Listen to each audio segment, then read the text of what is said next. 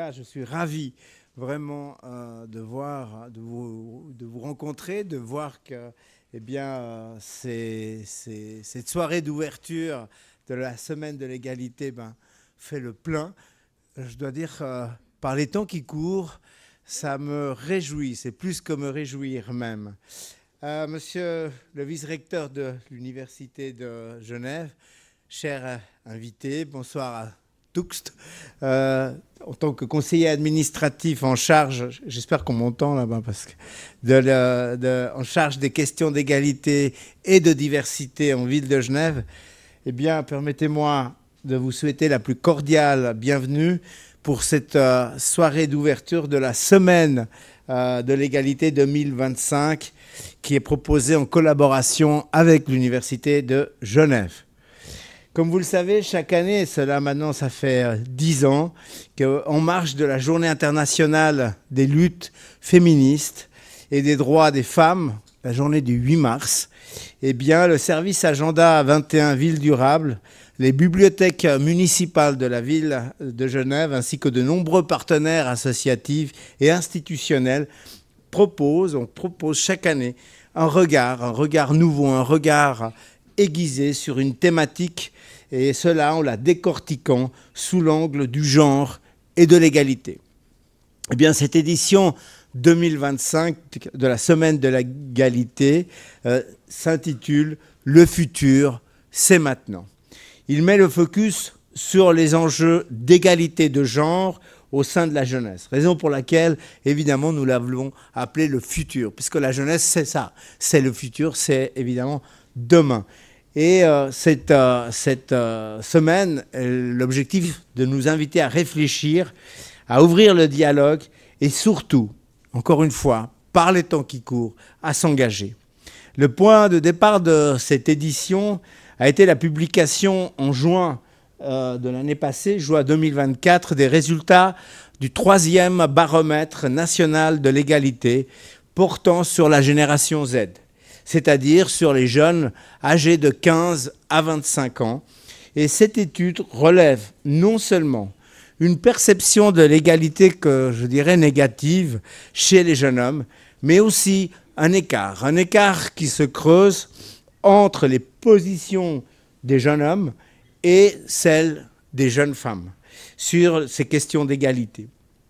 Ces résultats, eh bien, ils font écho à de nombreuses autres études en Europe, et notamment le Haut Commissariat à l'égalité en France, qui, toutes ces études pointent sur une polarisation sur les questions de genre, une polarisation des opinions, et surtout, et cela est bien entendu plus inquiétant, chez les jeunes. On est loin de cette jeunesse qu'on imaginait à tendance globalement plus progressiste, qui s'émancipant en dehors des stéréotypes de genre, est parfaitement consciente des inégalités. Et évidemment, je parle dans sa globalité. La génération Z, elle est traversée par les mêmes tensions qui agitent le reste de la société. Les mêmes tendances conservatrices, les mêmes discours de haine et les mêmes discours, il faut appeler les choses par leur nom, les discours fascisants qui s'expriment de plus en plus, évidemment, ouvertement. Cette jeunesse, elle est exposée à ces idées à un moment évidemment particulièrement sensible, puisque entre 15 et 25 ans, c'est l'âge, c'est toute sa vie, je dirais, mais particulièrement entre 15 et 25 ans, c'est l'âge où l'on se découvre, où l'on doit faire de nombreux choix, sans en avoir encore, évidemment, l'expérience, encore que l'expérience est souvent une lampe qui vous éclaire dans le dos, dit-on, et c'est à cet âge-là qu'on commence à prendre son envol, tout en étant encore souvent dans des situations de dépendance. C'est un âge où d'une façon ou d'une autre, les normes et la pression sociale sont importantes, et il est donc difficile de constater aujourd'hui que malgré des décennies de lutte pour l'égalité et contre les discriminations, la haine à l'encontre de ce qui est différent, elle augmente dramatiquement. Alors qu'est-ce qu'on doit faire? comme disait un personnage fameux, que faire? Comment agir pour construire un futur évidemment différent que certains voudraient nous promettre, un futur plus égalitaire, plus durable, plus respectueux, et en même temps comment prendre soin de cette jeunesse. Alors évidemment, la ville de Genève s'engage, et cela depuis de nombreuses années, pour construire cette société. C'est notre volonté, c'est une volonté politique claire et affirmée, une société plus juste, que ce soit au niveau social, que ce soit au niveau économique ou écologique. Et dans ce cadre, évidemment, nous mettons en œuvre une politique volontariste en matière de promotion de l'égalité et de lutte contre les discriminations. Nous le faisons, la ville de Genève le fait depuis de nombreuses années, elle le fait encore aujourd'hui, et évidemment, elle le fera encore dans le futur. Elle se déploie à de multiples niveaux, que ce soit à travers l'accompagnement des jeunes, la formation des professionnels et des milieux socio-éducatifs, à travers une offre culturelle et sportive et de loisirs qui est très riche, ou encore à travers des initiatives de sensibilisation, de dialogue, comme cette semaine, et c'est en cela qu'elle est importante, la semaine de l'égalité. Et ce soir, pour l'ouverture de cette édition 2025, j'ai le plaisir évidemment d'accueillir deux figures de l'engagement en faveur de l'égalité.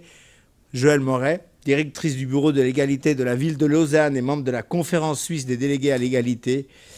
Madame Moret présentera dans un instant les résultats du baromètre national de l'égalité 2024.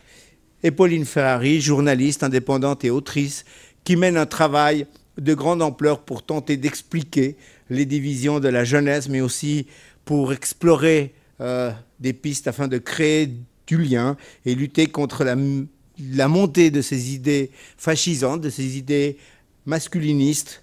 Et je les remercie d'avoir accepté notre invitation.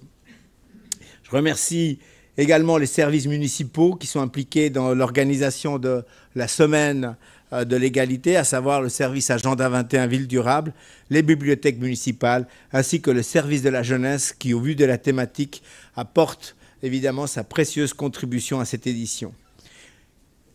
Et encore pour remercier, merci à l'ensemble des partenaires institutionnels et associatifs, à l'Université de Genève pour la collaboration, à l'occasion de cette soirée d'ouverture, au groupe Amnesty International de l'Université de Genève et évidemment après Genève qui nous accueille dans ses locaux. Nous sommes, mesdames et messieurs, dans un contexte de polarisation croissante des opinions. On a une responsabilité. Nous avons toutes et tous une responsabilité collective. Responsabilité collective afin de outiller les futures générations pour faire face à ces inégalités qui sont des inégalités structurelles.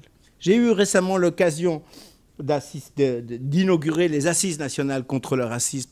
Et là aussi, on voit que dans cette conjonction que l'on peut appeler des luttes, eh bien, on voit que les montées des haines, la montée du racisme, de l'intolérance, évidemment, elles trouvent souvent la même origine dans nos sociétés qui, structurellement, sont des sociétés, il faut bien le dire, de domination masculine et occidentale. Il est donc pour nous aujourd'hui de permettre de découvrir sans peur du jugement et d'offrir évidemment des perspectives à cette jeunesse. Et dans ce cadre, évidemment, je dis souvent évidemment, on m'a dit, mais pour moi c'est tellement évident, et que dans ce cadre, on a tous besoin de tous, à savoir de la société civile, bien sûr, des entités.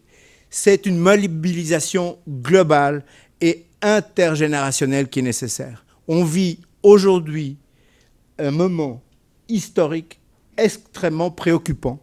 Et aujourd'hui, comme dans le passé, comme par le passé, il est indispensable de se mobiliser. Car le futur, c'est maintenant qu'il faut qu'on se mobilise. Merci beaucoup.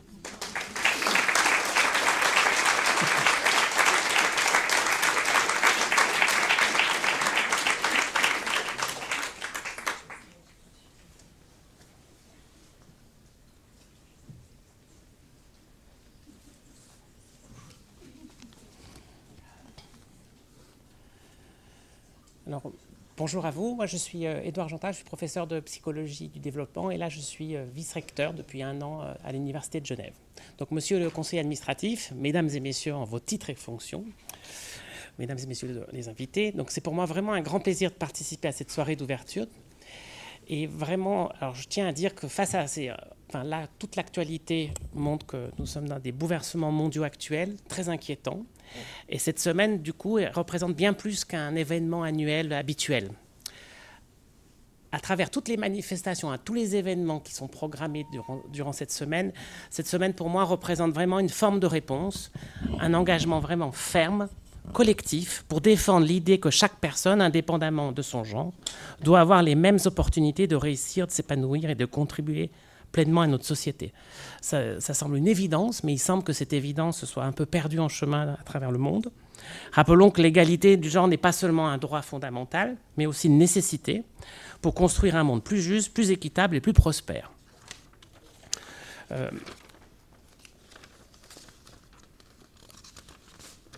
Alors, j'ai mon discours, 3e page.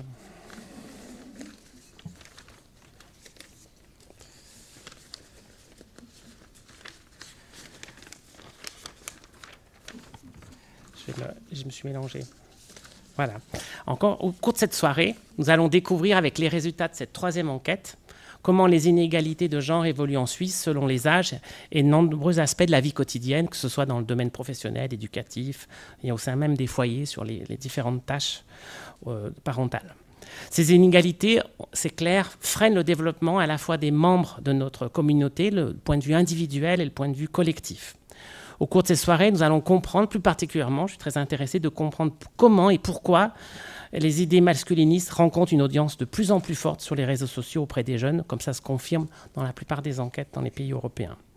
Il est essentiel de rappeler que l'égalité des genres est l'affaire de chacune et de chacun. Les hommes ont un rôle fondamental à jouer dans cet objectif d'égalité. Ensemble, nous devons lutter contre toutes ces discriminations, promouvoir bien évidemment les comportements inclusifs et encourager une culture du respect et de l'équité.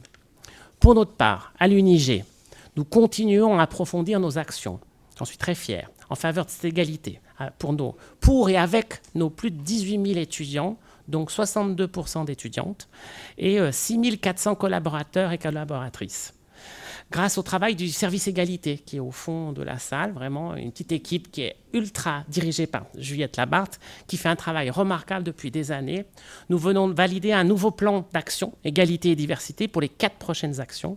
Un plan très ambitieux, puisqu'on peut dénombrer une centaine de projets d'action pour ces 4 prochaines actions, qui concernent aussi bien des actions auprès des étudiantes et étudiants, jusqu'au recrutement des professeurs.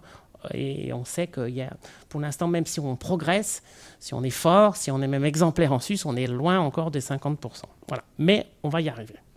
Nous sommes convaincus que ces projets sont pertinents et parfaitement adaptés pour répondre à ce contexte international si inquiétant, vraiment, moi je suis inquiet, marqué par des inégalités grandissantes, mondiales et locales, le changement climatique, on a le droit de le dire ici, on profite, et l'émergence d'une intelligence artificielle potentiellement incontrôlable. Il y a des doutes, on discute dessus. Un contexte qui se caractérise aussi par une archipélisation de la société, une info-obésité, voyant se multiplier les fausses informations, les bulles informationnelles. Et puis, tout ça génère chez les personnes des attitudes de post-vérité et de défiance grandissante envers notre chère démocratie et ses valeurs. Dans ce contexte, il est important de rappeler et d'affirmer quelques grands principes pour guider nos actions et nos projets afin de favoriser notre vivre ensemble si difficile au sein de notre communauté. La valorisation des comportements prosociaux destinés au bénéfice d'autrui, une pierre angulaire de nos comportements. Aider, partager, coopérer, réconforter. Deuxième principe, la valorisation d'un apprentissage par essai-erreur pour mieux comprendre le monde, les preuves scientifiques et les idées nouvelles. Vous voyez, ça paraît une évidence, ce n'est plus une évidence. Troisième principe, la valorisation de l'esprit critique à l'université et de l'empathie. Quatrième principe, le soutien à la confiance dans l'autre, par principe. Et enfin, la promotion et l'éducation à l'égalité et à la diversité. En conclusion, je tiens vraiment à remercier chaleureusement tous les organisateurs et organisatrices, les intervenantes, les intervenants et les participants qui ont rendu cette semaine possible. Votre engagement et votre présence ici, je suis vraiment très très content de voir autant de gens. C'est la preuve que le changement est possible, que nous partageons des valeurs, que nous allons pouvoir, grâce à l'unification de nos forces, pouvoir résister à cette tendance actuelle. Soyons ensemble les acteurs et les actrices du changement, les ambassadeurs et les ambassadrices de l'égalité. Ensemble, faisons en sorte que l'égalité du genre soit une réalité tangible pour les générations présentes et futures en Suisse et à Genève et à l'université en particulier. Ensemble, construisons un futur où l'égalité de genre est une évidence, vraiment, évidemment, et un objectif non négociable. Je vous souhaite une semaine très riche en échanges, en réflexions et en actions. Et merci à toutes et tous pour votre attention et votre participation.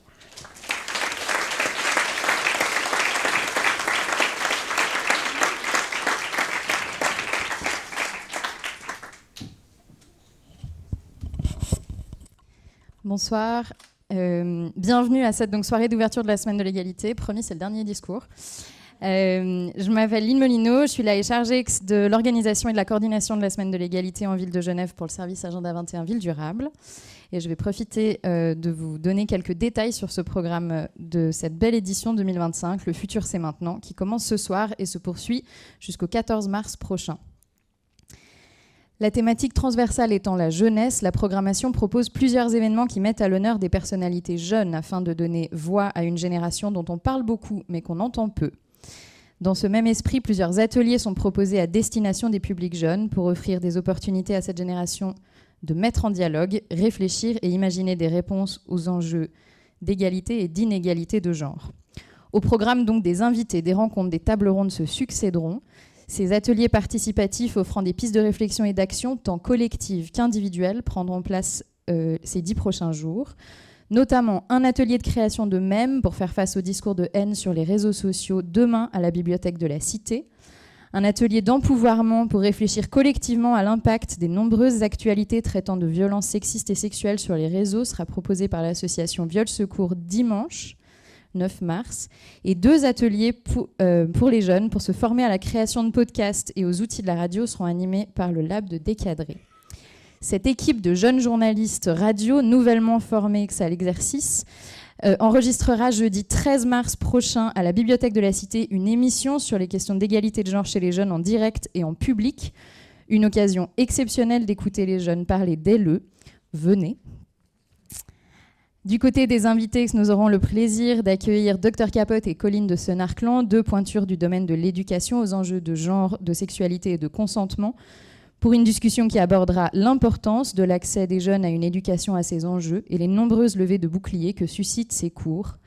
Ça, ce sera le mercredi 12 mars. Vous aurez également l'occasion d'entendre le 11 mars prochain la sociologue Gabrielle Richard interroger la construction même du genre chez les jeunes, le droit à l'autodétermination, la domination des adultes et les voix trop souvent passées sous silence des jeunes personnes transgenres et queer, avec en fil rouge la question « Et si on écoutait les jeunes ?» En clôture, nous accueillerons la journaliste Salomé Saké, en collaboration avec la HETS, on ne la présente plus, pour un tour d'horizon des défis en matière de genre et des difficultés auxquelles sont confrontés les jeunes, ainsi que les ressources, préoccupations et initiatives porteuses d'espoir qui émanent de cette génération.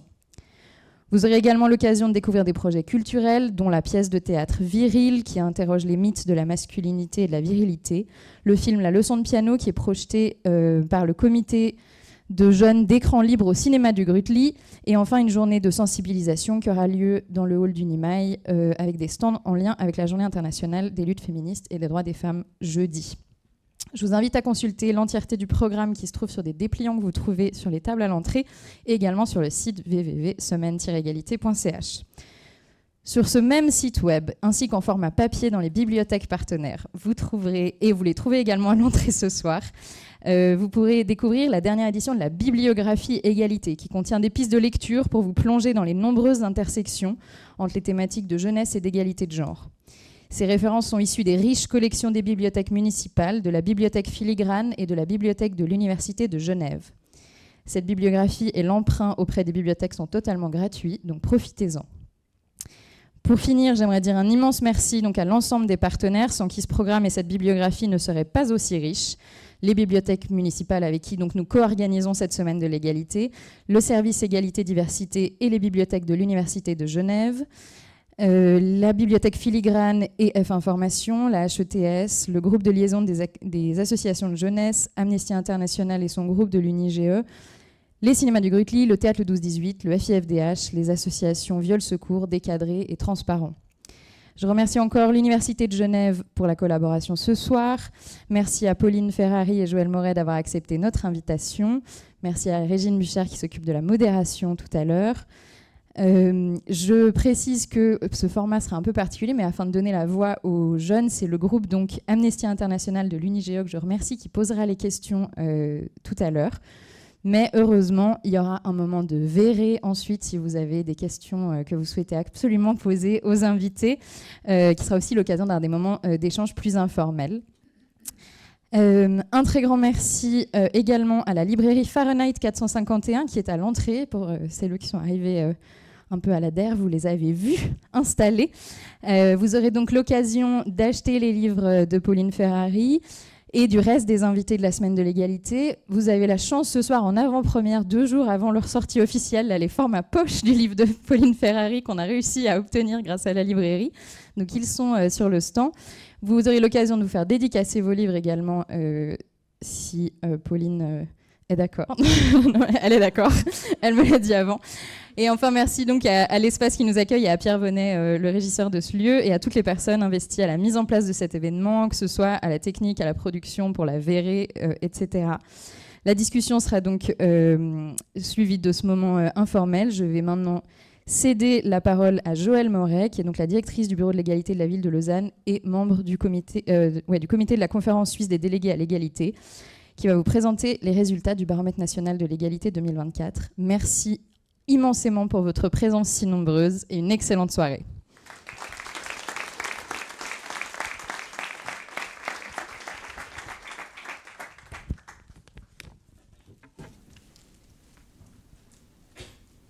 Alors, bonsoir à tout le monde et merci pour l'invitation à vous présenter ces résultats. Je crois que le teasing a été fait.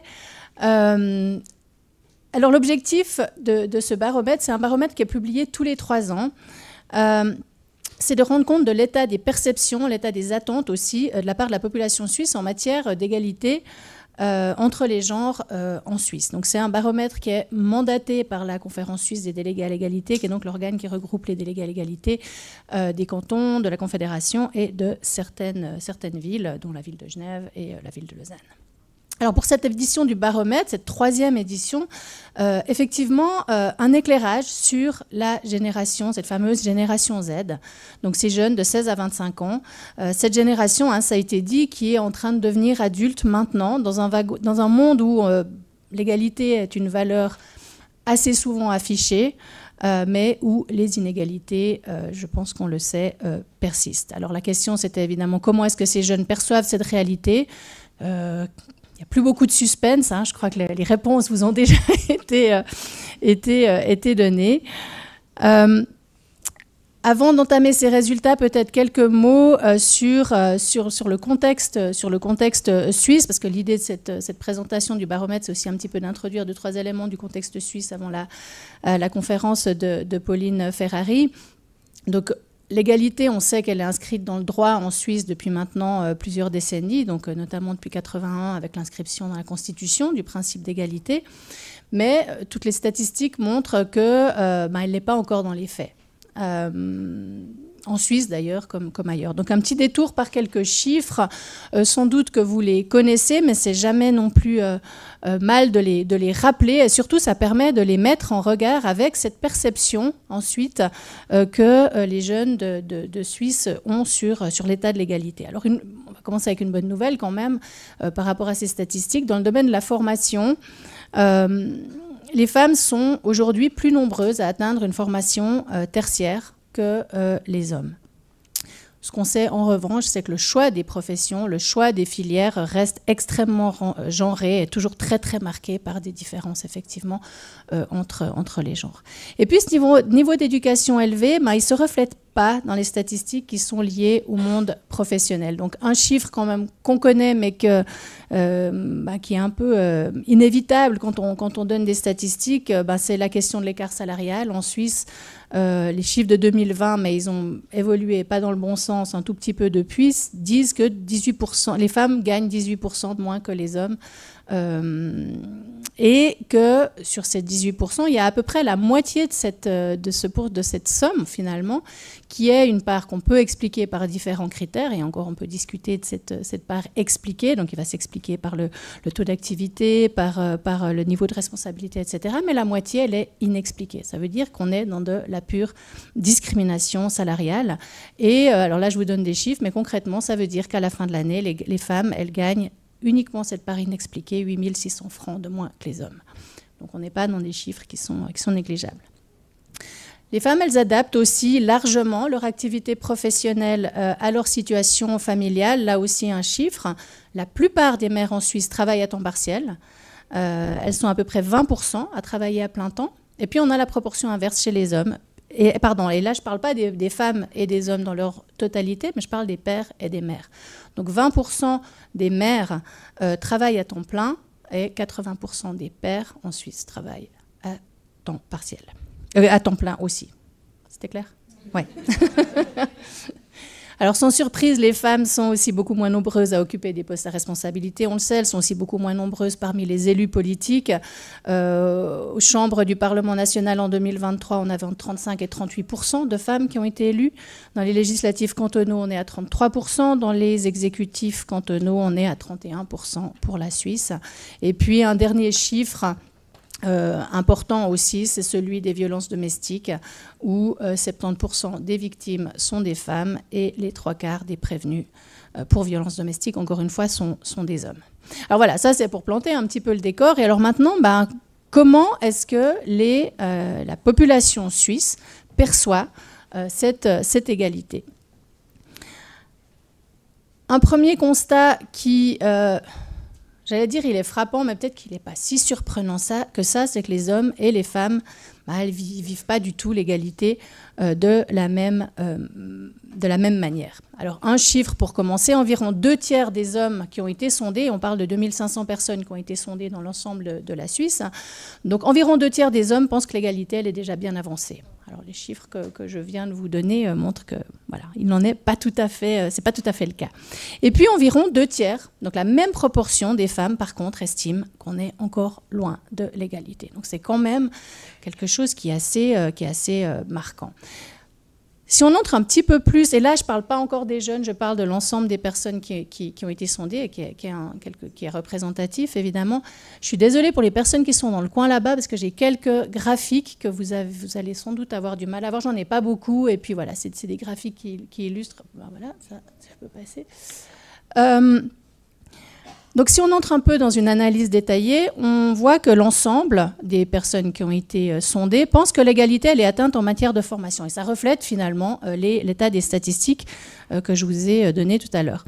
Dans tous les autres domaines, qu'on parle du monde du travail, de la famille, du monde politique ou des postes de dirigeantes ou de dirigeants, les hommes ont l'impression, dans leur majorité, que l'égalité existe, alors que les femmes, elles sont entre 30 et 40% à avoir un tel avis, donc à penser que l'égalité est effectivement atteinte dans ces différents domaines. Et alors, entrons maintenant dans la perception de cette fameuse génération Z. Et là, c'est peut-être quand même un peu la surprise, c'est que ces écarts, on les retrouve, mais ils sont plus marqués que dans la population globale, et ils sont plus marqués aussi que pour les générations plus âgées. Par exemple, seul 1/3 des jeunes hommes pensent que l'égalité n'est pas encore atteinte dans les domaines de la conciliation entre la vie professionnelle et la vie privée, des possibilités de carrière, de la répartition des tâches domestiques. Donc seulement 1/3 des jeunes hommes pensent qu'on n'y est pas, et donc ça veut dire en fait que 2/3 pensent que tout va bien dans tous ces domaines.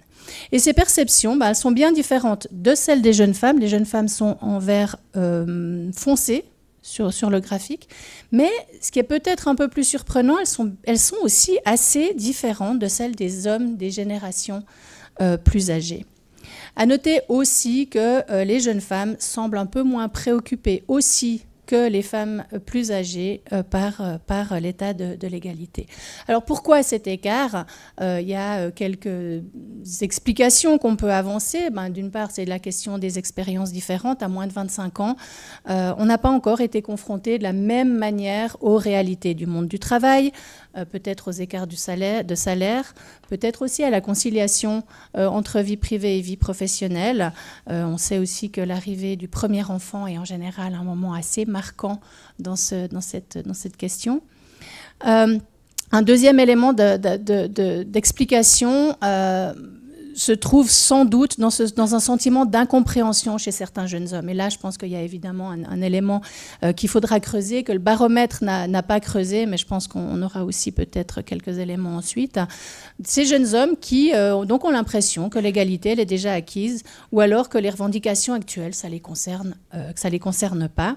Et puis, un sentiment d'incompréhension, mais c'est quand même un sentiment qui est quand même doublé parfois d'un sentiment d'être désécurisé face à ces avancées récentes, par exemple face au discours post-MeToo, au discours sur le harcèlement sexuel. Et on a posé quelques questions par rapport au sentiment face au débat sur le harcèlement sexuel, justement, qui a quand même pris une place importante dans l'espace médiatique ces dernières années. Et là aussi, alors, quelques résultats. Alors, ce qu'on voit, c'est que 82%, donc une grande majorité des jeunes hommes, pensent que ces débats sont plutôt, voire très importants. Donc ça, on pourrait dire que c'est quand même une bonne nouvelle. Chez les femmes de la même génération, on a 96%. Donc l'écart, on le retrouve quand même à ce niveau-là. Alors c'est une bonne nouvelle et en même temps, ça nous dit aussi qu'un homme sur 5 de la génération Z, donc de moins de 25 ans, pense que ces débats sont inutiles, voire exagérés. Le baromètre, il nous montre aussi que les débats sur le harcèlement sexuel, ils n'ont pas laissé indifférents et peut-être même qu'ils ont contribué à certains changements. Alors là aussi, je pense qu'on a des résultats peut-être un petit peu plus nuancés et quand même assez intéressants. Alors, quelques questions qui ont été posées et qui nous montrent que ces débats post-MeToo, donc la question c'était est-ce que le débat médiatique a changé quelque chose pour vous ? Il a créé un sentiment de légitimité plus grand pour les personnes qui sont victimes de harcèlement, qui se sentent peut-être encouragées à en parler, à se défendre, à réagir quand elles sont confrontées à ce type de comportement. Et ça, c'est la réponse quand même d'une femme sur 5, toute génération confondue, en l'occurrence. Et ce sentiment d'une plus grande légitimité à agir et à réagir, on le retrouve seulement chez 5% des hommes qui sont sans doute moins concernés. Un autre changement, c'est que les personnes qui ont répondu ont mentionné une plus grande compréhension des personnes qui sont concernées par le harcèlement. On retrouve là un tiers des femmes, mais aussi des hommes qui ont une plus grande compréhension pour les personnes qui sont concernées. Et puis un élément intéressant, c'est que ça a quand même amené une réflexion sur son propre comportement chez 22% des hommes. Ça a aussi, chez 25% des hommes en l'occurrence, amené un doute sur ce qu'on peut faire ou non. C'est la question, c'était je ne sais plus trop ce que l'on a le droit de faire ou ce qu'on ne peut plus faire. Alors cette dernière question, elle montre qu'il y a une déstabilisation, effectivement, on ne sait plus. On pourrait aussi, si on tourne cette question, si on essaye d'y voir un signe peut-être plus optimiste, de se dire qu'il y a un questionnement sur les comportements, on ne sait plus quoi faire. Alors, ce n'est pas seulement on ne sait plus quoi faire, pauvre de nous, c'est aussi peut-être on commence un tout petit peu à réfléchir effectivement à certains comportements sur lesquels on ne se posait pas de questions auparavant. Alors, il y a ces différences qu'on observe. Malgré toutes ces divergences, il y a quelques points sur lesquels tout le monde est d'accord. Et ces points, ils concernent avant tout la conciliation entre vie privée et vie professionnelle. Alors, les Suisses, en 2024, dans leur ensemble, en grande majorité, plus des 3/4 des personnes qui ont répondu, toutes générations confondues, veulent plus de flexibilité au travail, soutiennent un congé parental partagé et demandent plus de crèches. Là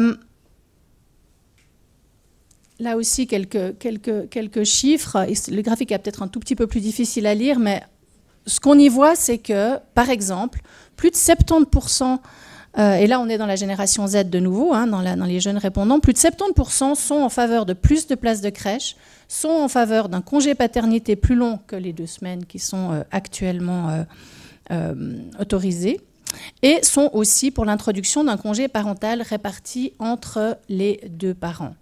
Et en grande majorité soutiennent aussi des horaires de travail flexibles. Alors là, effectivement, les jeunes hommes et les jeunes femmes, même si les jeunes femmes les soutiennent, on voit toujours cette ligne plus élevée, mais on est quand même dans des chiffres assez importants. Alors effectivement, on se posait en début de soirée, et pendant toute la soirée, on va continuer de se poser cette question, est-ce que cette génération Z, c'est une génération du changement, ou est-ce que c'est une génération qui peut agir aussi comme un frein aux avancées en matière d'égalité? Ce qu'on voit dans ces résultats évidemment partiels du baromètre, c'est qu'on observe quand même une volonté d'aller vers plus d'équilibre, en tout cas en ce qui concerne la conciliation entre vie privée et vie professionnelle. Et puis on aperçoit quand même cette tendance très claire qui est aussi visible dans d'autres études, hein, elles ont été mentionnées tout à l'heure, une approche plus conservatrice chez les jeunes hommes en particulier que chez leurs aînés, et une montée des résistances. Donc une partie des jeunes hommes qui ont été interrogés est déstabilisée, se montre sceptique, voire se montre hostile face aux revendications pour plus d'égalité, et donc préfère défendre une vision d'une égalité qui serait déjà acquise et donc des revendications contre lesquelles soit on fait rien, soit auxquelles on s'oppose. Ce qui est sûr, et ça a été dit en introduction, c'est que cette génération elle a un rôle clé à jouer. Et les résultats de ce baromètre, finalement, ils ont des implications. Ils ont des implications pour les bureaux de l'égalité, en Suisse, évidemment, mais ils ont des implications aussi, c'est des bases de réflexion pour les décideuses et les décideurs, pour les professionnels de l'éducation, pour les employeurs, pour les médias, entre autres. Alors, quelques pistes de réflexion, et là aussi, je rejoins ce qui a été dit en partie en introduction. C'est indispensable de poursuivre des actions de prévention, notamment des violences sexistes et sexuelles, auprès des jeunes hommes. C'est aussi important d'adapter ces actions de prévention en tenant compte de ces sentiments de désécurisation, en tenant compte de ces résistances marquées qui sont exprimées par les jeunes hommes. Pour moi, ce qui est important aussi, alors c'est important de continuer cette prévention, mais je trouve que c'est aussi important de continuer d'accompagner les jeunes femmes, parce que ces écarts de perception, ils sont difficiles à vivre. Pour les jeunes femmes qui y sont confrontées, ça a un impact important dans leur vie. Donc, continuer de donner une place à leurs revendications, à rendre leur lutte et leurs revendications plus légitimes pour plus d'égalité. Et puis, ce que ça nous dit enfin, c'est qu'il est important de répondre aux attentes des jeunes générations, notamment en matière de conciliation des vies. Et l'égalité, elle passera aussi notamment par l'implication de tout le monde dans les tâches familiales. Alors l'égalité, elle n'a jamais avancé toute seule. L'égalité, elle avance quand on la réclame, quand on la défend, quand on la met en pratique. Et donc, cette génération du futur, le futur, c'est maintenant. À nous de voir comment les accompagner, comment accompagner ces jeunes pour que cette génération devienne une génération du changement. Et je vous remercie pour votre attention.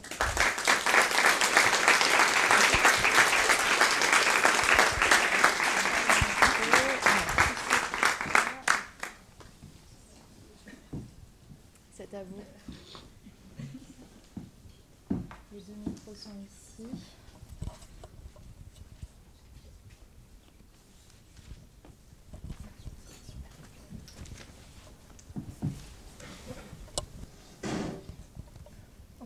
C'est impressionnant. Ah waouh. Bonsoir à toutes et à tous. Merci beaucoup d'être venus si nombreuses et nombreux. Je m'appelle Régine Buchard, je suis productrice pour le média Tataki de la RTS. Et ce soir, on a le plaisir de recevoir Pauline Ferrari. Pauline, tu es journaliste indépendante, spécialiste des nouvelles technologies, des questions de genre et des cultures web. Tu fais également de la prévention et de l'éducation aux médias en milieu scolaire, mais ça, on en reparlera plus tard. Et pour ton livre « Formé à la haine des femmes », comment les masculinistes infiltrent les réseaux sociaux, tu t'es plongé, non sans souffrance, on le verra, dans l'univers masculiniste en ligne et ce que tu qualifies et que d'autres experts qualifient de manosphère pour analyser comment et par quel processus les jeunes hommes finissent par adhérer aux thèses masculinistes. Alors on reviendra un peu plus tard sur la définition même de ces thèses. Mais ce qui est intéressant dans le baromètre qui vient de nous être brillamment présenté, c'est qu'on remarque une grande différence de perception sur l'égalité entre les jeunes femmes et les jeunes hommes. Est-ce que c'est quelque chose que tu remarques dans tes interventions en milieu scolaire et comment tu l'expliques ? Oula, je me suis fait surprendre par ma propre voix. Déjà, merci d'être aussi nombreuses. Ouh, je vais pas vous regarder, c'est impressionnant. Je te regarde toi, Rosine. Oula, on est entre nous. Ouais, voilà, petit comité. Merci pour l'invitation et pour te répondre, les chiffres qui nous ont été présentés là du baromètre. J'allais dire choqué mais pas déçu. C'est-à-dire que malheureusement, je m'y attendais et c'est les mêmes chiffres qu'on retrouve en France dans nos différents baromètres du Haut Conseil à l'égalité qui sort depuis 2-3 ans, environ les mêmes statistiques, environ les mêmes chiffres. Et en effet, comme tu le dis, surtout sur les perceptions. Et c'est vrai que, par exemple, quand je suis avec des classes, environ entre 12 et 17 ans environ, si on demande à des jeunes qu'est-ce que c'est que le sexisme, est-ce que vous avez des exemples de qu'est-ce que c'est le sexisme ? Généralement, les garçons ne parlent pas. On est face à des carpes qui sont comme ça. On leur demande est-ce que ça existe ? Oui, en théorie, ça existe. Est-ce que vous avez des exemples ? Alors que les filles, généralement, elles ont des exemples de la répartition des tâches domestiques, des inégalités salariales, du harcèlement de rue. Ça, c'est un truc qui revient souvent, notamment chez les jeunes filles. Quand on leur demande est-ce que ça existe sur Internet, le sexisme sur Internet, elles ont des réponses. Alors que pour les jeunes garçons, on a l'impression qu'au final, il n'y a pas forcément lieu de s'inquiéter. Et on a vraiment cette idée qu'on a répétée que l'égalité serait atteinte. Et de fait, que les mouvements féministes, ou comme le dit la presse d'extrême droite, les néo-féministes, viseraient des combats inutiles. Par exemple, l'écriture inclusive. C'est le premier truc qui me vient en tête, mais c'est le fait de dire « Ah, les féministes, elles s'embêtent tellement... » Pardon, j'ai failli dire une insulte. Elles s'embêtent tellement que maintenant, elles doivent se trouver des occupations. Et bon, c'est l'écriture inclusive. Voilà, qu'on aurait tellement rien d'autre à faire, on s'ennuierait tellement entre notre tricot et nos chats, qu'on se dirait ah, pourquoi pas rajouter des points et des E à la fin des mots. Voilà, bref, c'est un peu l'idée. Et donc, du coup, c'est compliqué de faire comprendre, notamment aux jeunes garçons, qu'il existe, on le rappelait très justement, qu'il y a encore, en France, on est à peu près sur ces chiffres-là, d'une 20% d'inégalité salariale à poste égal, sur les tâches domestiques, sur les violences aussi faites aux femmes et aux minorités de genre. Donc là-dessus, la perception de l'égalité et de l'inégalité est très très présente chez les jeunes, mais pas de la même manière en fonction du genre. Et ce que tu expliques aussi dans ton livre, c'est que ces jeunes hommes, ils consomment, ils sont en ligne comme tous les jeunes, et ils consomment beaucoup de contenu, et ils arrivent très facilement sur du contenu masculiniste. Ouais. Alors, est-ce que tu peux déjà définir ce que tu entends par masculinisme, et pourquoi pour toi c'est pas l'inverse du féminisme? Alors, le masculinisme, moi je le définis comme un mouvement social et politique qui vise à renforcer la domination des hommes sur les femmes. C'est le fait de dire qu'en effet, le féminisme serait allé trop loin et qu'il faudrait revenir à une sorte de point d'équilibre, voire de domination des hommes sur les femmes. C'est intéressant que tu dis ça parce que c'est vrai que féminisme et masculinisme se ressemblent énormément. Et on pourrait avoir tendance à dire, puisque les femmes ont le féminisme, pourquoi les hommes n'auraient pas le masculinisme? Le truc, c'est qu'en fait, aujourd'hui, les hommes ne vivent pas de discrimination systémique qui fait qu'on pourrait appliquer ça de manière globale. Là où le féminisme est pour l'égalité en droit et en fait entre les hommes et les femmes, le masculinisme est dans un but de domination et de régression des droits des femmes, des minorités de genre, des personnes LGBT, etc., etc. Ça, un petit peu la différence entre les deux. C'est un terme qui est né dans les années 70 et qui s'est copié en fait sur le féminisme de la seconde vague, tant dans ses termes, dans sa manière de militer, parce que c'est un mouvement militant qui a été très important, le féminisme de la seconde vague, et donc c'est un mouvement aussi de réaction et réactionnaire dans sa qualité pure. Et donc on l'a vu aussi dans le baromètre qui nous a été présenté sur certains aspects. Ces jeunes de la génération Z sont plus conservateurs que leurs aînés de la génération Y, les millennials. Dans ton livre, tu expliques comment le backlash MeToo a amené certains de ces jeunes vers les contenus masculinistes. Est-ce que tu peux nous expliquer comment c'est construit et se sont diffusées les idées masculinistes en ligne en parallèle du mouvement MeToo? Et puis peut-être expliquer aussi pour celles qui ne savent pas ce que c'est un backlash. Ouais, bien sûr, je vais peut-être commencer par là. Le backlash, c'est un terme qui a été créé par une autrice américaine qui s'appelle Susan Faludi et qu'on peut traduire par le retour de bâton. C'est le fait de dire que n'importe quelle évolution sociale en termes de droits progressistes, etc., amène quasi instantanément un retour de bâton conservateur et réactionnaire envers ces droits-là. Et c'est une très bonne illustration de ce qui se passe depuis plusieurs années sur la question des droits des femmes. Il suffit de regarder la question de l'avortement partout en Europe, et y compris en Amérique du Nord et dans d'autres parties du monde. Donc voilà, le backlash, c'est le fait de, chaque fois qu'on a une tentative d'avancée, on a un boomerang qui nous revient en pleine tête quasi instantanément. MeToo 2017... ce mouvement de libération de la parole, ou en tout cas de plus grande écoute des femmes, parce que les femmes ont toujours parlé, il faut le rappeler, se fait avec quasi instantanément un discours un peu lancinant, que vous avez peut-être déjà entendu, de « on peut plus rien dire »,« on peut plus prendre un ascenseur avec une femme »,« elle pourrait porter plainte »,« on ne sait pas si peut-être qu'il y a des menteuses ».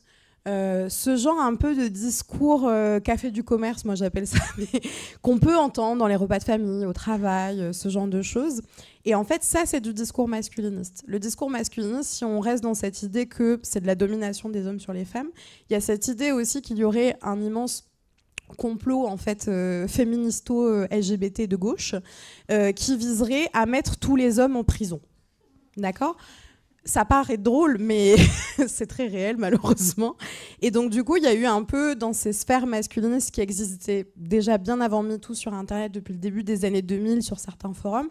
Mais on va dire, au moment où MeToo explose, c'est aussi l'avènement de ce qu'on a appelé le web social, donc c'est-à-dire la plupart des applications qu'on utilise aujourd'hui, Instagram, Twitter, je ne dirai jamais X, voilà, je le dis. TikTok c'était un petit peu après, mais en tout cas des réseaux qu'on utilise plus familièrement. Et donc il y a eu aussi une viralisation de ces discours masculinistes, avec la tentative notamment d'essayer de montrer qu'il y avait des femmes qui mentaient, qu'il y avait des femmes qui parlaient bien trop longtemps après les faits. Pourquoi elles ne se réveillent que 10 ans après ? Voilà, le fait de ne pas croire les victimes, par exemple, c'est un des ressorts de la pensée masculiniste qu'on retrouve très souvent dans les médias traditionnel y compris. Et donc ce backlash, il a été quasi instantané après 2017. Ça s'est poursuivi un petit peu, là on avance dans le temps.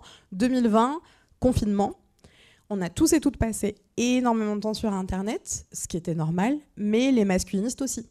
Et ils ont créé énormément de contenu. Et ça a été un temps en fait où, notamment du côté de la génération Z et des plus jeunes en fait, qui avaient peut-être pas de moyens de sociabilité, qui passaient beaucoup de temps en ligne, etc., ont été abreuvés de ces contenus-là. Quand je dis abreuvés, c'est qu'ils ne sont pas allés les chercher, ils ne se sont pas dit « je vais me radicaliser et devenir un méchant misogyne du jour au lendemain », mais c'est des contenus qui leur ont été proposés parce qu'il y avait quasiment que ça sur Internet. Et parce qu'on sait que la misogynie est quelque chose qui fait rigoler et qui est très populaire sur Internet. C'est facile de taper sur les femmes et sur les féministes et sur les minorités de genre.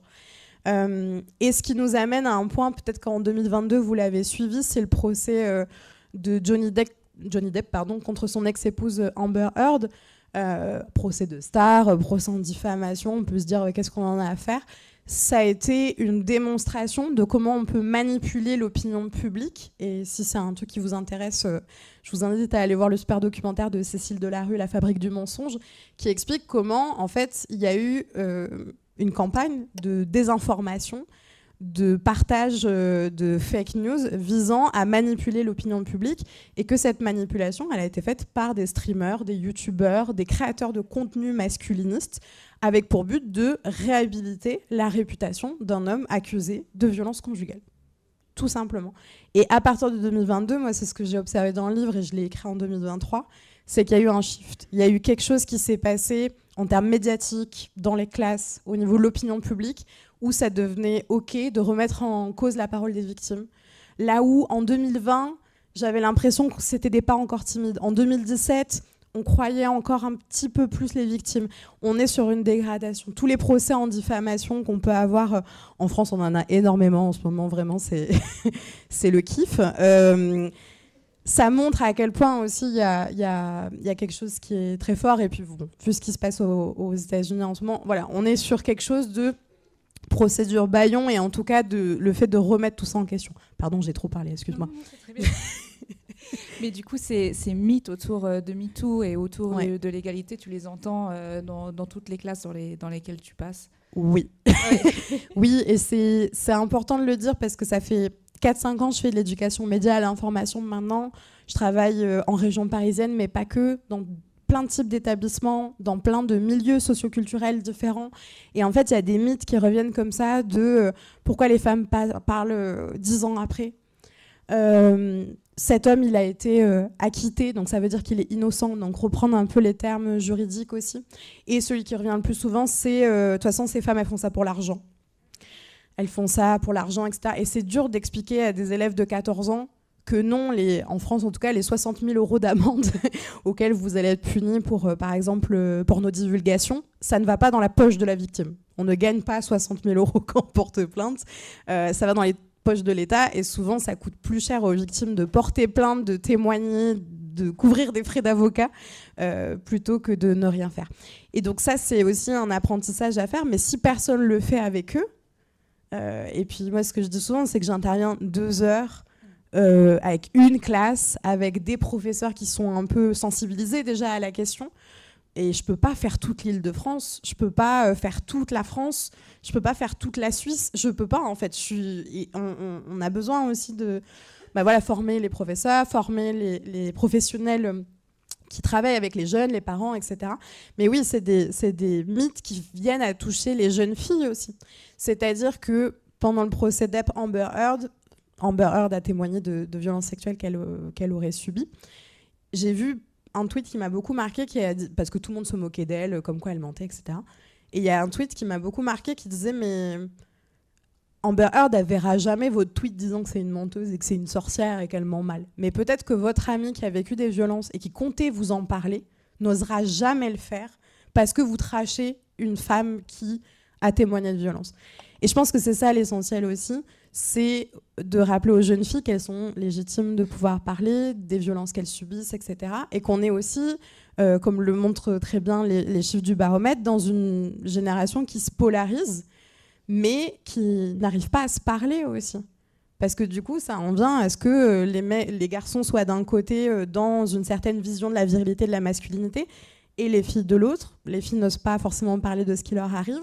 Il y a des hommes qui vivent des violences aussi, qui vont pas réussir peut-être à en parler et à trouver du soutien auprès d'autres hommes parce que c'est vu comme être faible de vivre des violences, etc. Donc c'est un cycle qui ne s'arrête jamais. Et donc ces mythes et ces idées sont devenues mainstream, se sont démocratisées.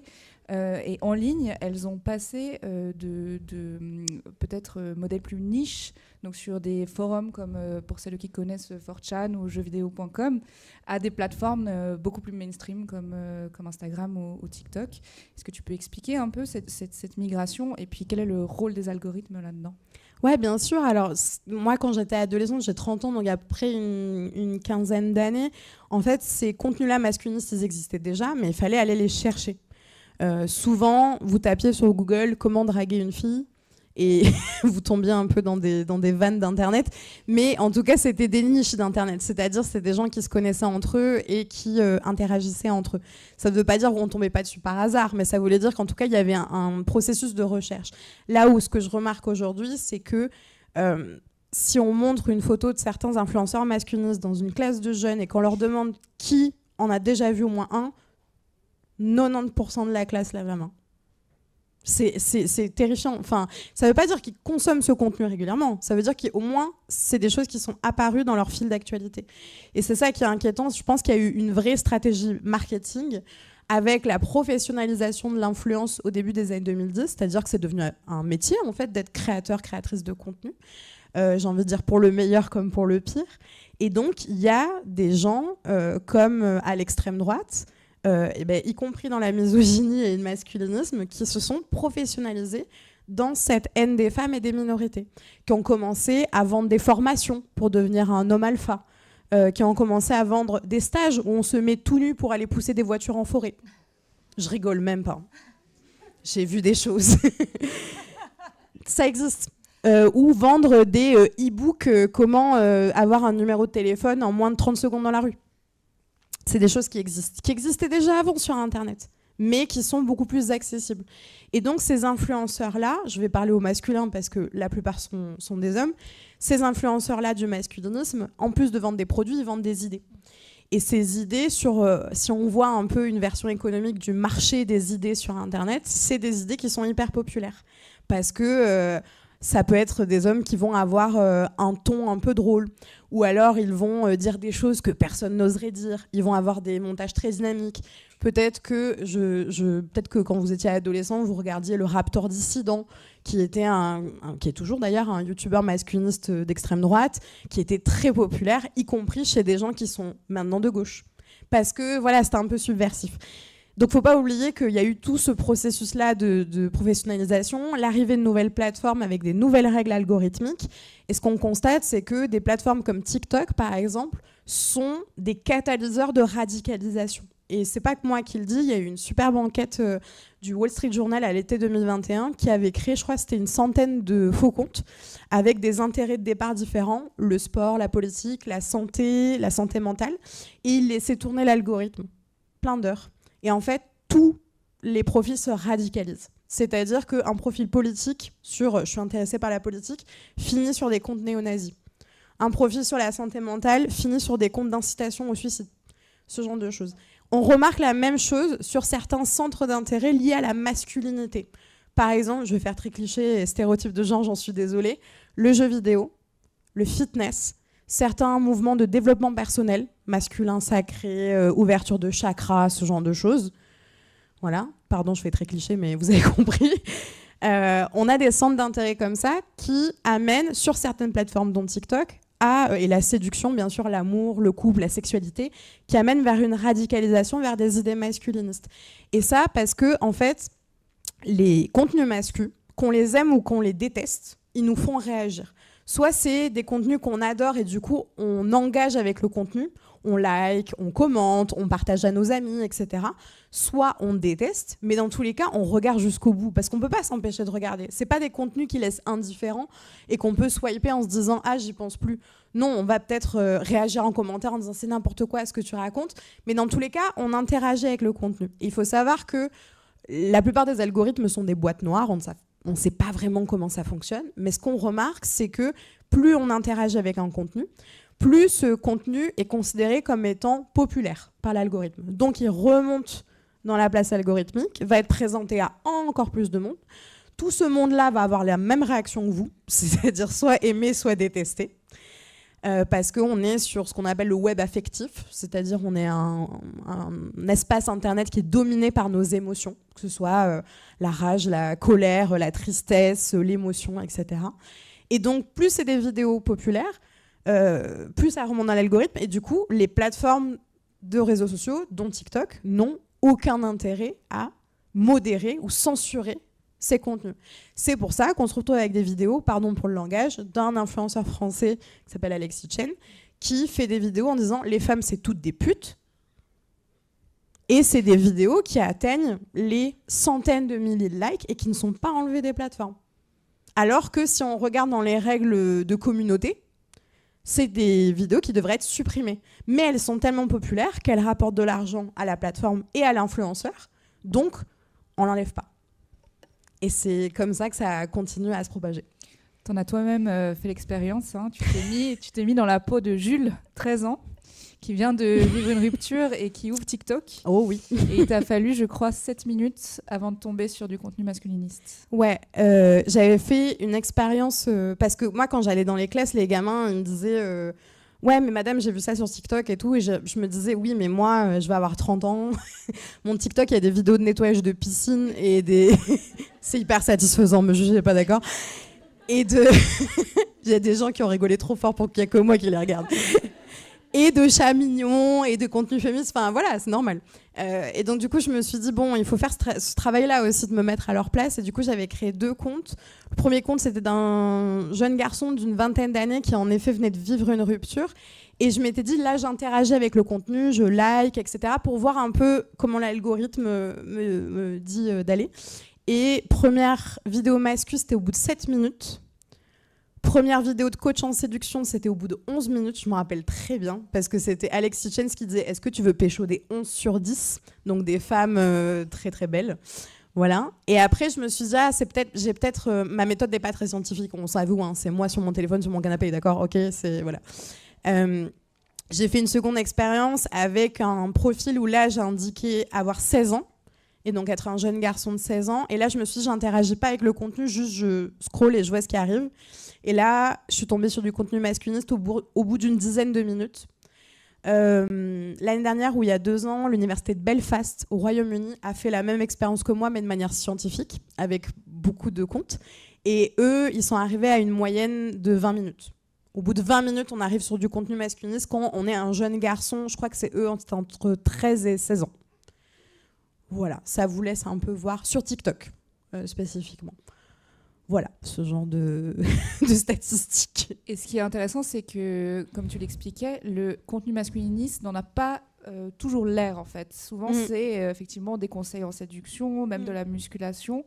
Et puis, comment est-ce qu'on arrive petit à petit à se radicaliser en partant de ce genre de sujets qui peuvent paraître banals?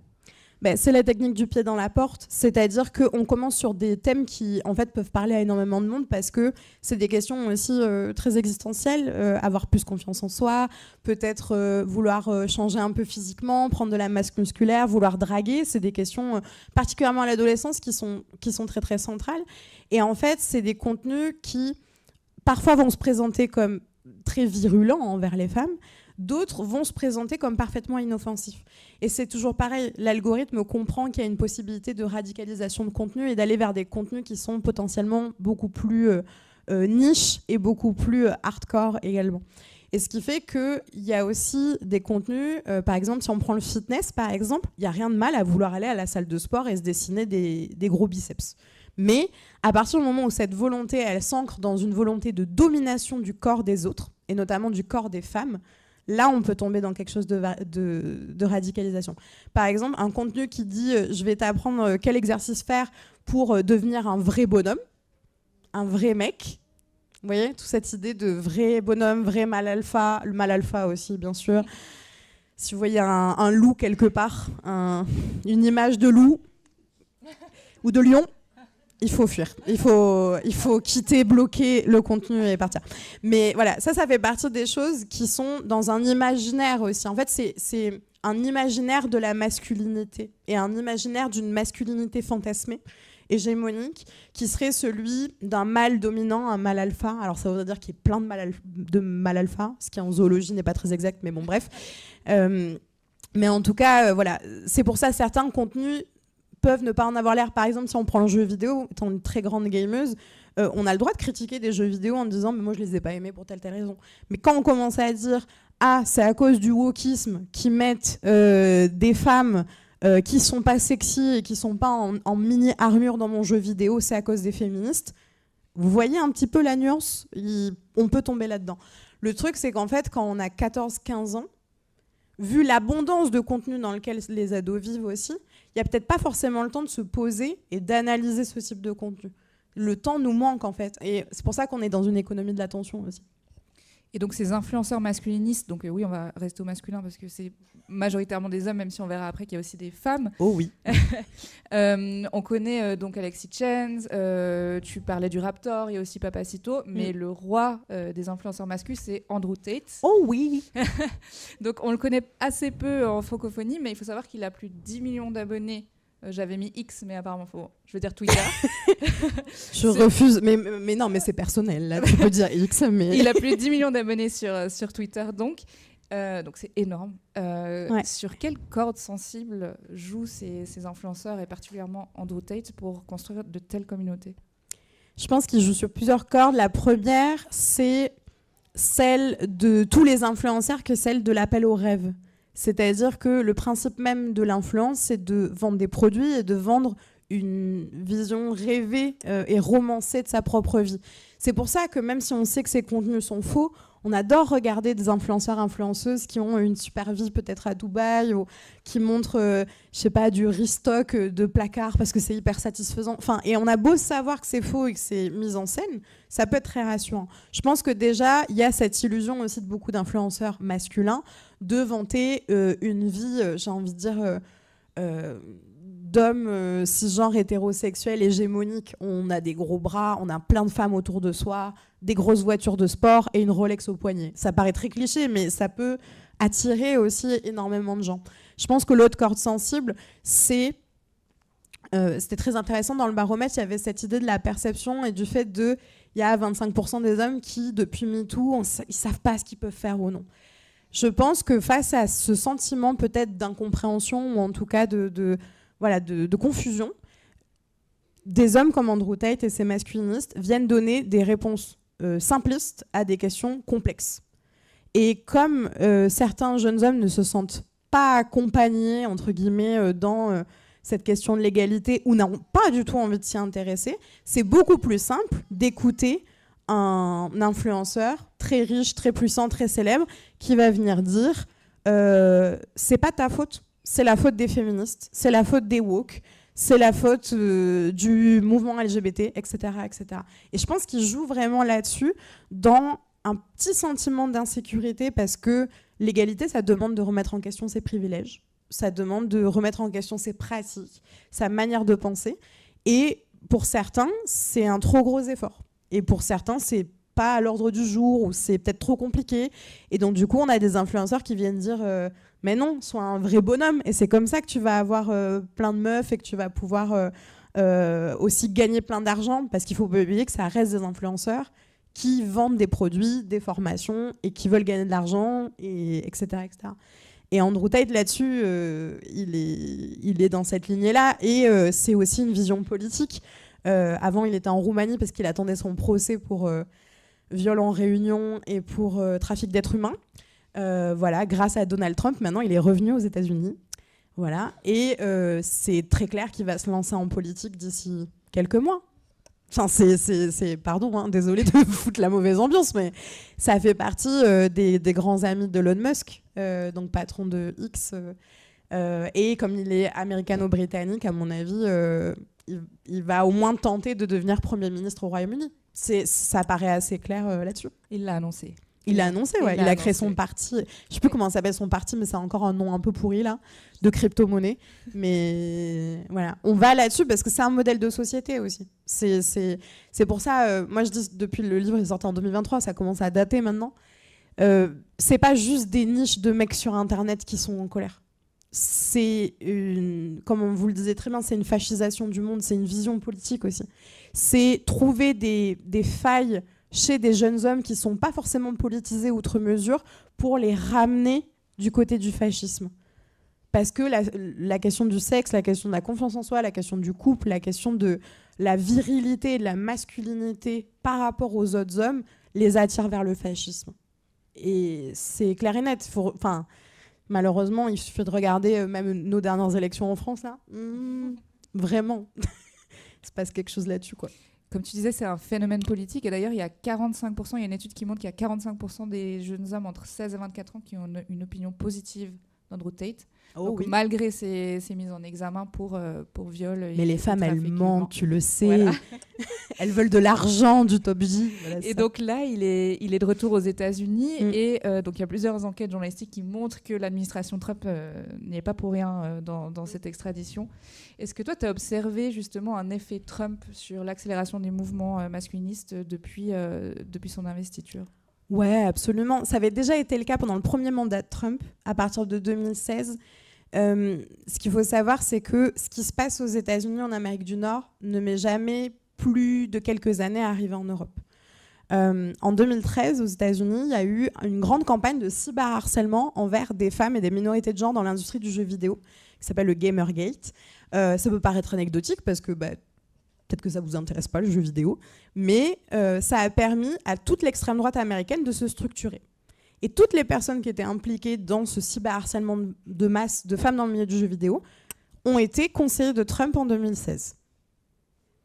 Ce qu'on remarque aujourd'hui avec Elon Musk et son, j'ai envie de dire, son arrivisme dans l'élection allemande, potentiellement dans l'élection britannique, etc., c'est le même phénomène. C'est une structuration de mouvements politiques. Et donc là-dessus, il y a une accélération du masculinisme parce qu'il y a aussi une ouverture de la fenêtre d'Overton. La fenêtre d'Overton, c'est le fait de dire qu'en gros, le rang de ce qui est dissible et acceptable s'ouvre de plus en plus. C'est-à-dire qu'aujourd'hui, pardon, je vais parler de l'exemple français, mais c'est ce que je connais le mieux, les paroles qui sont dites sur des plateaux de télévision, donc de médias mainstream, hein, on ne parle pas du caniveau d'Internet, sur certains plateaux de télévision en France à propos de l'immigration, à propos des femmes, à propos des personnes LGBT, on est même plus dans la fenêtre d'Overton, quoi. On est dans la baie vitrée d'Overton. Enfin, c'est voilà, on dit des choses qui sont donc forcément en fait tout ça participe aussi à ce que les mouvements masculins se sentent très à l'aise. Et forcément, on sait qu'Internet permet parfois un peu plus de violence que les médias mainstream. Et donc, si les médias mainstream deviennent déjà très violents, les réseaux sociaux le sont encore plus. Avec toute cette idée aussi, on le remarque dans les procès pour cyberviolence, où derrière un écran, la plupart des harceleurs ne se rendent pas compte de la portée de leurs propos, ou n'ont pas l'impression que c'est de la véritable violence parce qu'il y aurait un écran qui les protège, etc., etc. Donc oui, il y a un effet Trump, mais il y a un effet extrême droite, en fait, de manière générale. C'est juste que quand ça se passe aux États-Unis, ça a l'air beaucoup plus proche de nous que quand ça se passe peut-être en Russie, ou en Argentine, ou en Corée du Sud. Parce que ça nous semble peut-être culturellement un peu plus proche, ou en Italie d'ailleurs. Donc on se retrouve avec quelque chose qui est de plus en plus proche. Et oui, il y a un effet Trump, et il suffit de voir, j'ai envie de dire, des commentaires de vidéos YouTube de journalistes français qui parlent de l'élection de Donald Trump, le nombre de commentaires en français et de commentaires francophones de « Go Trump »,« Vivement qu'on ait un Donald Trump en France », etc. Enfin, voilà, on est là-dessus. Le nombre de gens que ça fait marrer de voir Elon Musk avec sa casquette noire, là, voilà, on est sur quelque chose de fascisant, quoi. Et de fascisant, mais la version un peu internet cool, edgy, quoi, comme si on était en 2010. Alors que, bon... Je reviens un petit peu sur les influenceurs masculins. Donc on a parlé des hommes, mais il y a aussi des femmes qui surfent sur le masculinisme. Il y a le mouvement des tradwives. Je te laisserai expliquer ce que c'est. Ouais. Et plus proche de nous, en France, il y a une influenceuse qui se qualifie elle-même d'influenceuse politique, Thaïs Descuffon. J'ai hâte de parler d'elle. Vas-y. Qui explique aux hommes comment avoir une femme de valeur, par exemple. Ouais. C'est quoi l'intérêt de ces femmes de surfer là-dessus et qu'est-ce que ça apporte au mouvement masculiniste ? Alors, déjà, les tradwives, c'est un mot valise en anglais qui veut dire traditional housewife, donc femme au foyer traditionnelle ou épouse traditionnelle. C'est un mouvement qui est assez ancien, en fait, qui est né au début des années 2010 par certaines influenceuses plutôt chrétiennes ou protestantes, mormones au Royaume-Uni et aux États-Unis, et qui visaient en gros à promouvoir un mode de vie au foyer selon les règles de Dieu, pour le faire très très très large, qui ont largement soutenu Donald Trump pendant sa campagne en 2016.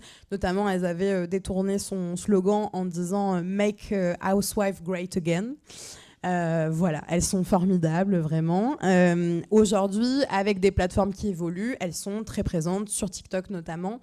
Et c'est au final un mouvement assez petit, parce qu'elles sont à une vingtaine, trentaine d'influenceuses très très importantes, on va dire, sur l'Internet anglophone, où leur but, c'est de montrer comment c'est incroyable d'être une femme au foyer, parce que le monde du travail et le monde du salariat serait vraiment trop dur pour les femmes. C'est vrai, on est face à un marché du travail qui est très très compliqué, un accès à la formation qui peut être difficile pour certaines catégories de la population, notamment les femmes. Et donc, il y a un peu cette romantisation aussi de la vie au foyer, de « Ah, vous pouvez vivre à la campagne, rester à la maison toute la journée, porter des jolies robes, etc. » C'est un contenu qui s'adresse aux jeunes filles, mais au final, que plutôt les jeunes garçons regardent. Ça qui est assez paradoxal, parce que c'est le genre de femmes qu'on a envie d'avoir à la maison. C'est des femmes qui se déclarent étant soumises volontairement à leur mari. Voilà, on est sur cette mouvance-là.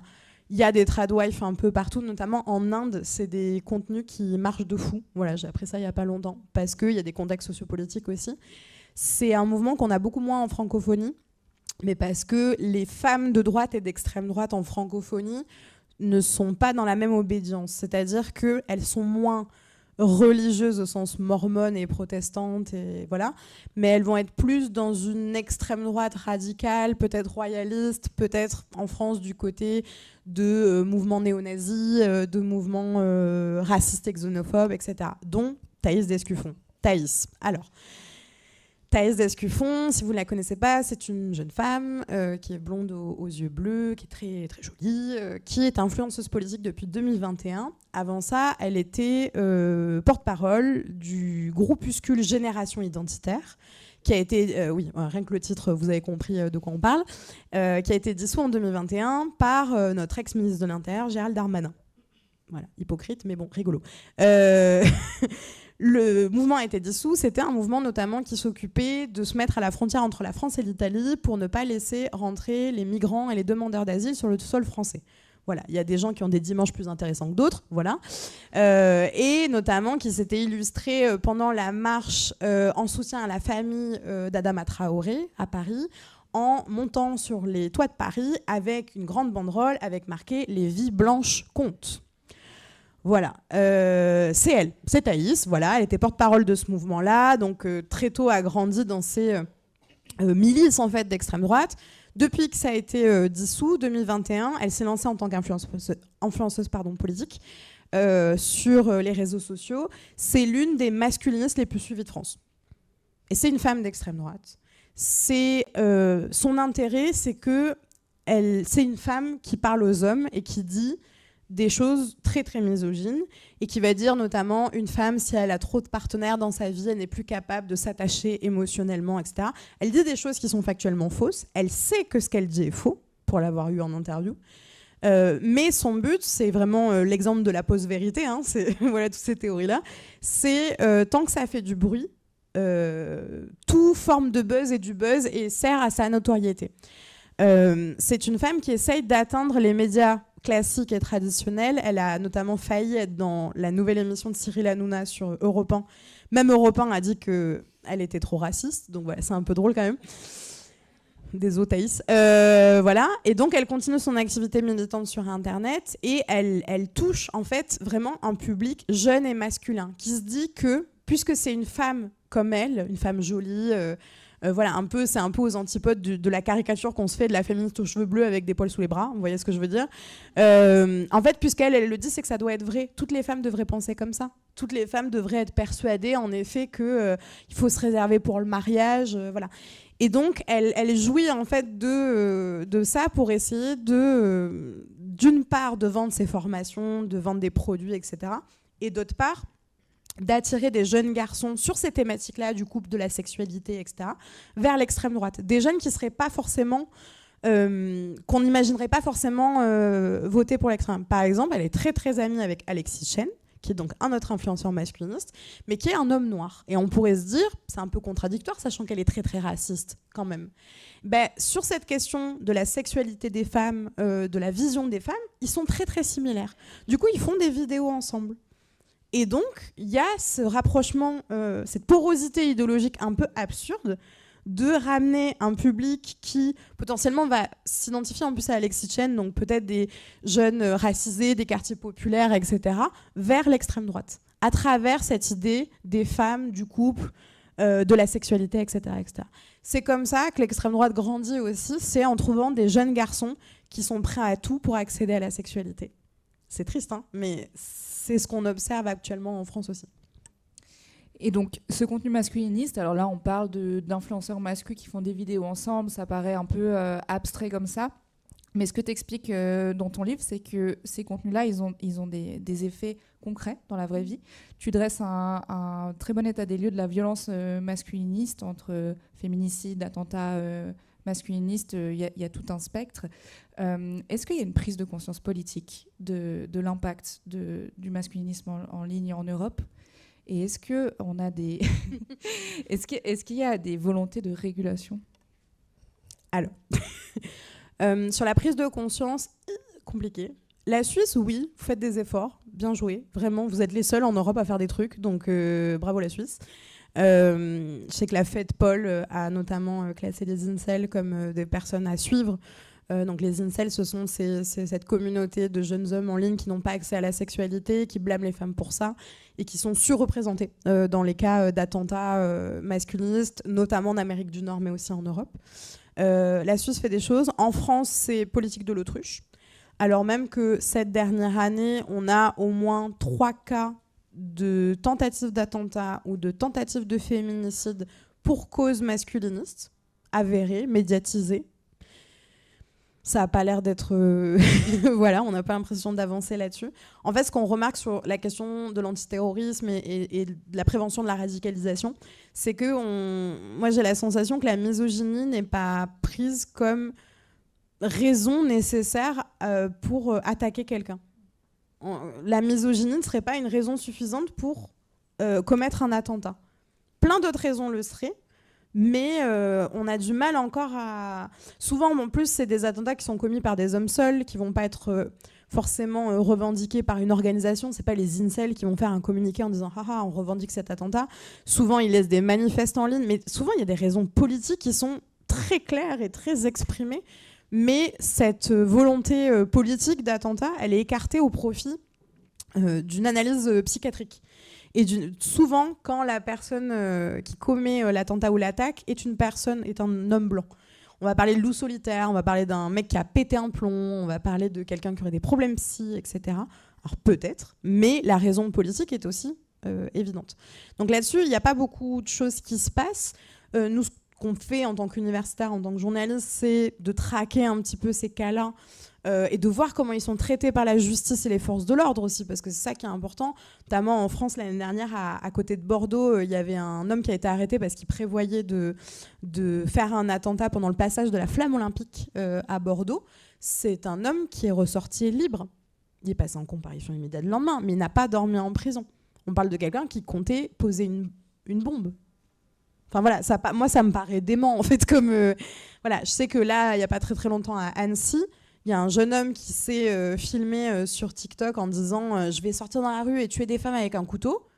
Il a été arrêté par la police. Je n'ai aucune information de qu'est-ce qui s'est passé après.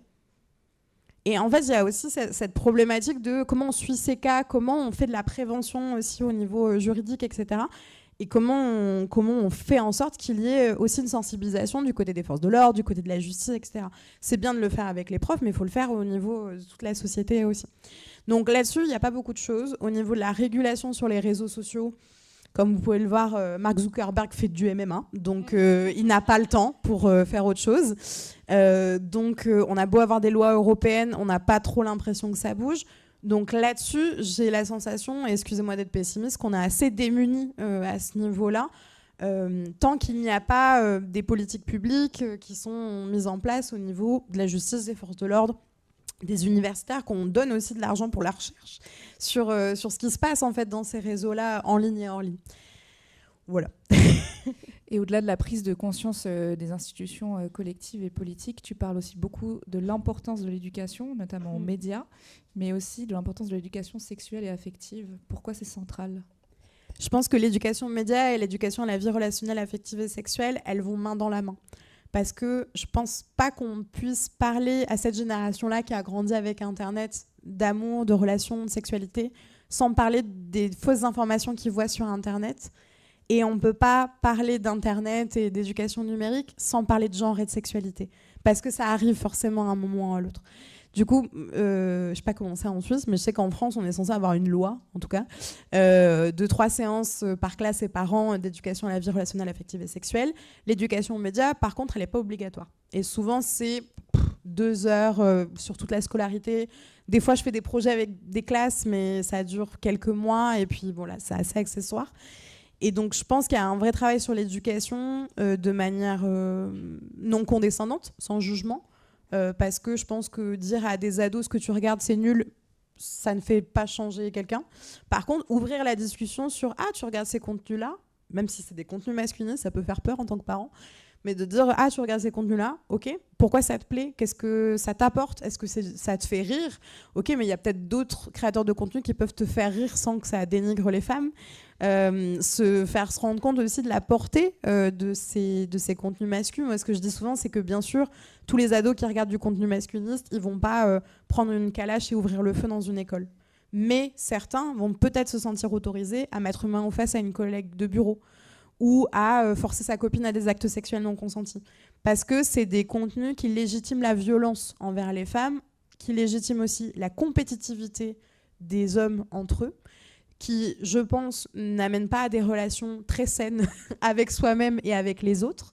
Et je pense que c'est ça qu'il faut mettre en emphase aussi pour les jeunes garçons, de parler de santé mentale, de parler de ce qu'ils voient sur les réseaux sociaux et de rester ouvert dans ce dialogue-là. Je pense pas qu'il faut qu'on soit tous, comment dire, des cracks d'internet à passer 10 heures par jour sur les réseaux sociaux, mais au moins d'être en capacité de pouvoir parler de ça avec elles et eux et d'ouvrir ce dialogue-là, quoi. Merci beaucoup, Pauline Ferrari. Merci, Réchi.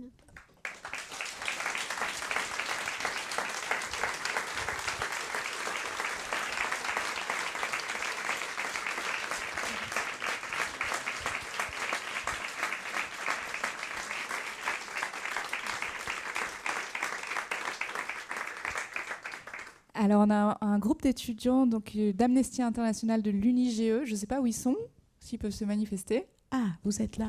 Ah, oui.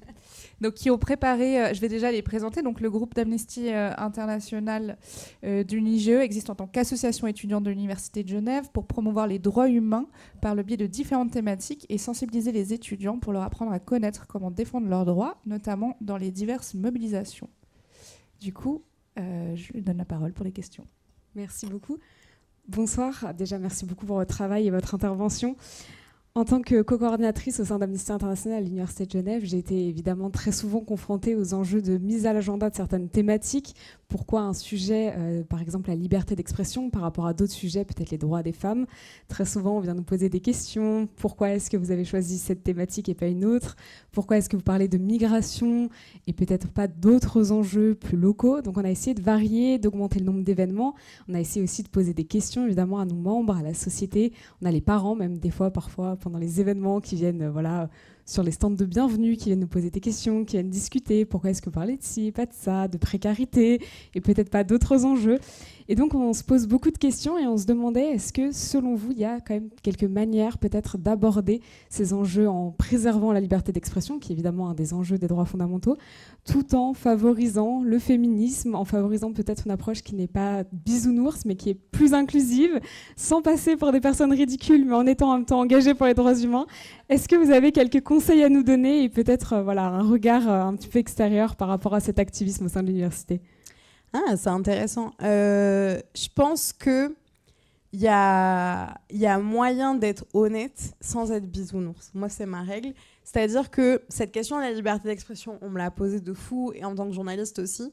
Je pense que, moi je dis toujours, la liberté d'expression, oui, mais il y a un cadre légal. C'est-à-dire que chacune a le droit de penser ce qu'il et elle veut. Mais à partir du moment où on dit des choses qui ne rentrent pas dans le domaine de la loi, c'est-à-dire des propos qui sont discriminants, racistes, sexistes, LGBT-phobes, etc., en fait, on sort du cadre de la loi, donc c'est ciao. Voilà. Moi, c'est ce que je rappelle en intervention avec mes élèves aussi, c'est de dire, on a le droit de dire ce qu'on veut, on a le droit de penser ce qu'on veut, mais à partir du moment où vous dites des choses qui sont discriminantes, en fait, ça tombe sous le coup de la loi. C'est de l'injure publique. Voilà, tout simplement. Donc ça, je pense que là-dessus, déjà, ça calme un peu. Moi, mon argument légal, je trouve que ça fait redescendre un petit peu. C'est pas mal. Et je pense que c'est intéressant d'avoir des discussions qui sont pratiques et réalistes et ancrées dans le quotidien des gens. Parce que moi aussi, je rêve d'une société, j'ai plein d'envies, plein de rêves. Et je pense que quand on milite, on est tous et toutes très animés par ces rêves et ces utopies d'idées. Et je trouve que parler aux gens aussi de qu'est-ce qui leur manque dans leur quotidien et qu'est-ce qui fait qu'ils en sont là où ils sont aujourd'hui, souvent ça amène des récits de vie et des compréhensions biographiques et sociologiques qui sont hyper intéressantes. Ça ne veut pas dire tout excuser, parce que des fois on a le droit de ne pas être d'accord, mais ça permet de comprendre et au moins d'amener certains sujets et d'expliquer aussi pourquoi vous privilégiez ces sujets, parce que vous avez vos propres explications, biographiques, etc. Moi, j'aurais pu devenir journaliste animalière. J'aurais pu devenir, tu vois, photographe des oiseaux. Mais voilà, c'est pas mon parcours. Mon parcours, ça a été de passer 10 heures dans ma chambre sur Internet pendant que j'étais adolescente. Voilà, on a chacun nos explications et je pense que c'est intéressant de garder le quotidien là-dessus.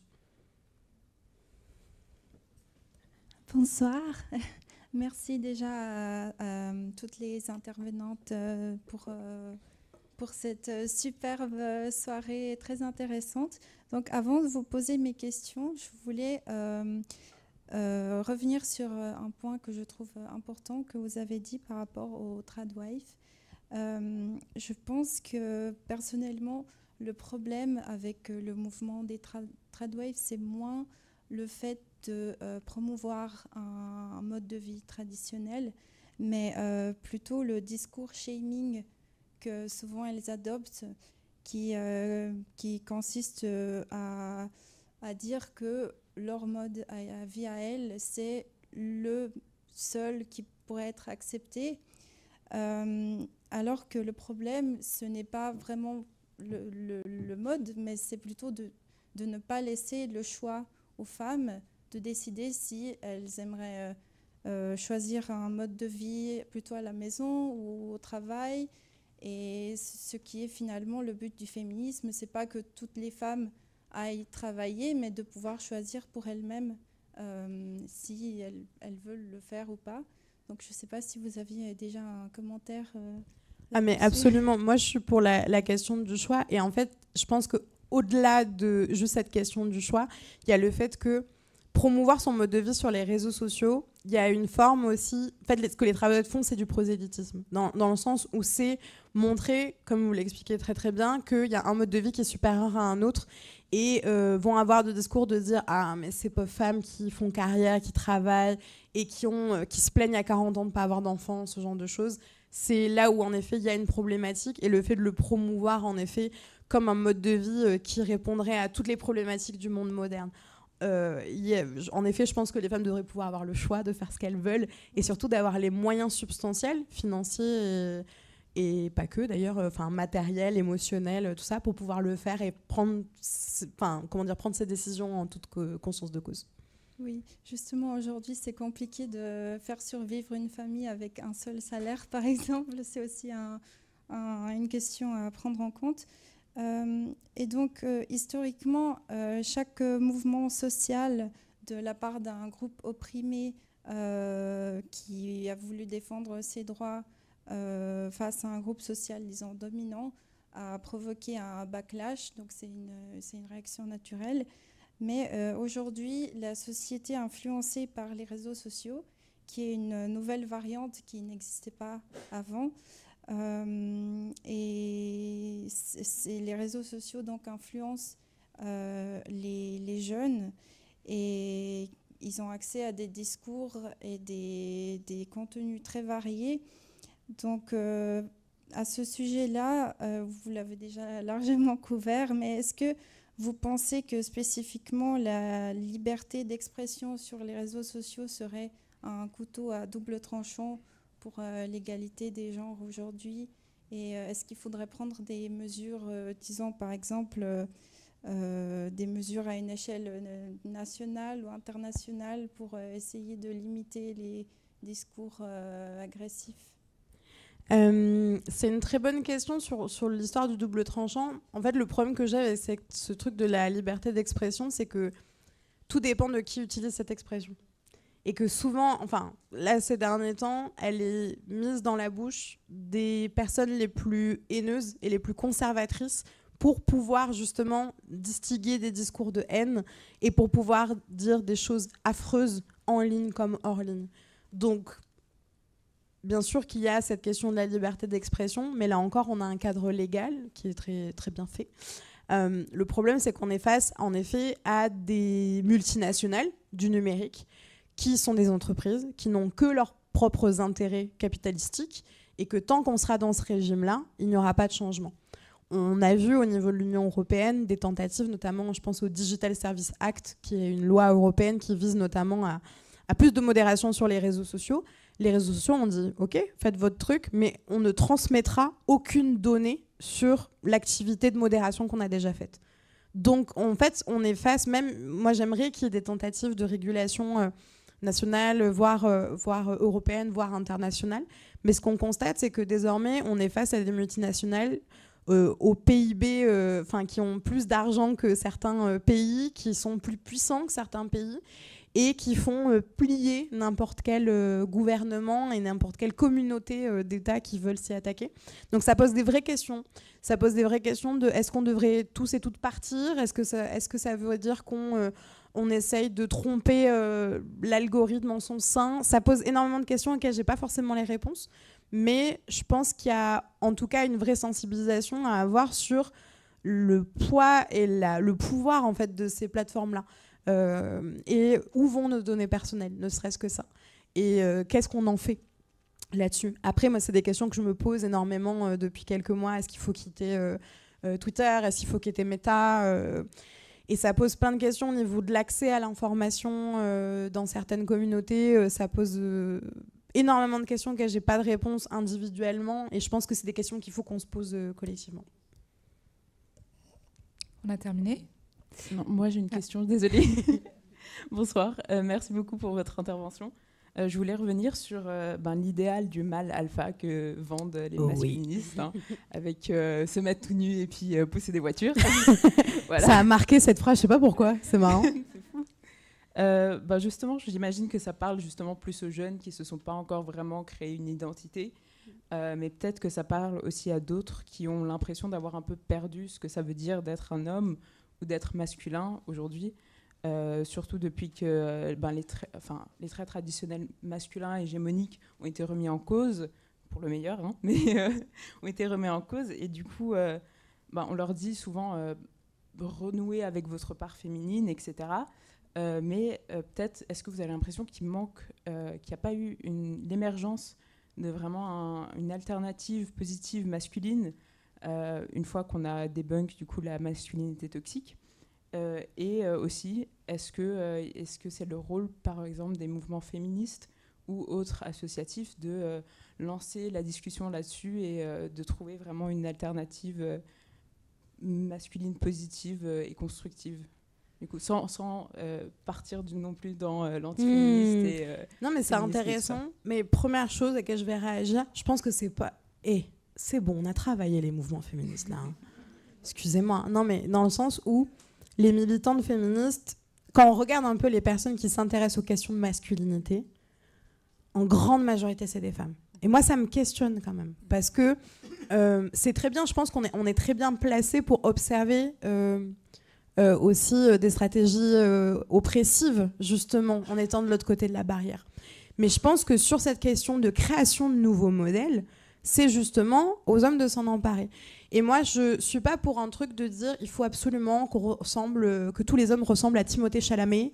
Non, mais je dis Timothée Chalamet parce que ça a été un modèle un peu de masculinité alternative, ou Harry Styles, enfin voilà. Moi, je suis pour qu'on devienne tous et toutes des boules disco. J'explique. Je pense que nos identités, elles sont multifacettes comme des boules disco. C'est-à-dire qu'on est tous et toutes remplis de plein d'éléments très différents. Par exemple, j'ai plein de tatouages, j'adore le métal, mais je chiale dès que je vois un chien. Voilà. C'est deux choses qui peuvent paraître très contradictoires. Moi, s'il y a un mec qui vient, qui est bodybuildé, qui me dit « moi j'adore aller à la salle 3 fois par jour, avoir des gros muscles », et qu'à côté de ça, c'est un père de famille de fou et il pleure devant des comédies romantiques, en fait, pour moi, il n'y a pas de problème. En fait, la problématique, pour moi, c'est quand la masculinité et la virilité devient l'entièreté de l'identité et provoque des comportements aussi. Ce que je veux dire, c'est qu'il y a aussi, je pense, là où les mouvements féministes ont permis aux femmes d'avoir une multiplicité de modèles de féminité, et c'est génial, il faut qu'on continue là-dessus, parce qu'il y a encore des injonctions et les standards sur la féminité sont encore très lourds. Je pense qu'il y a vraiment un rôle de la part des hommes aussi de créer une multiplicité de modèles de masculinité positifs. Ça ne veut pas dire que vous n'aurez plus le droit d'aller à la salle de sport ou de vous laisser pousser une grosse barbe ou de porter des chemises hawaïennes moches, c'est pas grave, ou des bermudas.